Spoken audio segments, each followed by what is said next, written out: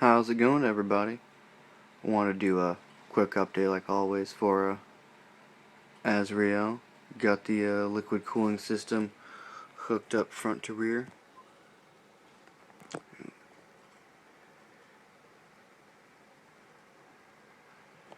Got this roto indicator here to show me, excuse me while I get up, because there's going to be no bubbles or anything circulating through, so when the coolant passes through this, it'll start spinning to let me know that the pump's actually working.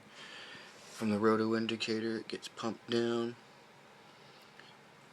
into the radiator, which is a magical 2x40 millimeter radiator. Got a 112-volt fan on the back, and this actually is going to be hidden underneath the Viper body. I already cut out a little slit so that way it can induct air properly. From the radiator goes all the way back to this cooling block here. And the cooling block is actually meant to cool a CPU or GPU for a computer.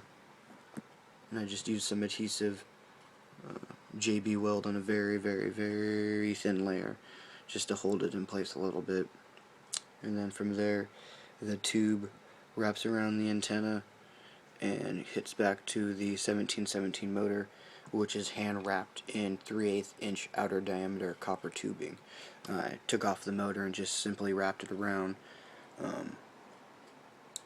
took it off, hand twisted it so it'd be smaller than the motor, and then slowly put it back on.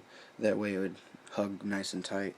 But the XL2 is going to be mounted vertically, and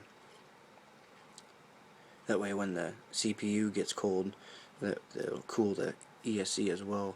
I'm going to keep the fan on the XL2 to keep it cooled on the front and the rear, because I did research and I see people liquid cooling their RC cars, but all they're doing is liquid cooling the motor, but the ESC itself still gets really, really hot, so they're going to have to stop their runtime.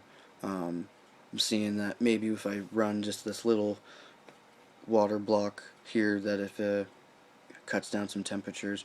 If not, I'll probably just delete it from the system and connect the tubes, front to rear, and just run it, the motor. Gonna be getting a proper servo and the aluminum steering by STRC before I get the XL2, and I'm also waiting for the shock brace that's gonna go front to back to connect the shock towers together, kind of similar to the one that I have here for Azrael.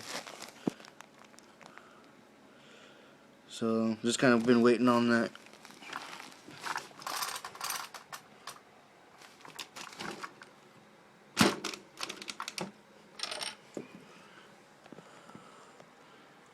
So I can't wait for both these cars to be done and whatnot.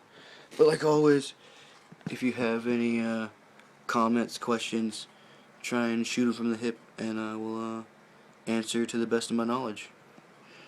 And like always, keep RCing out there.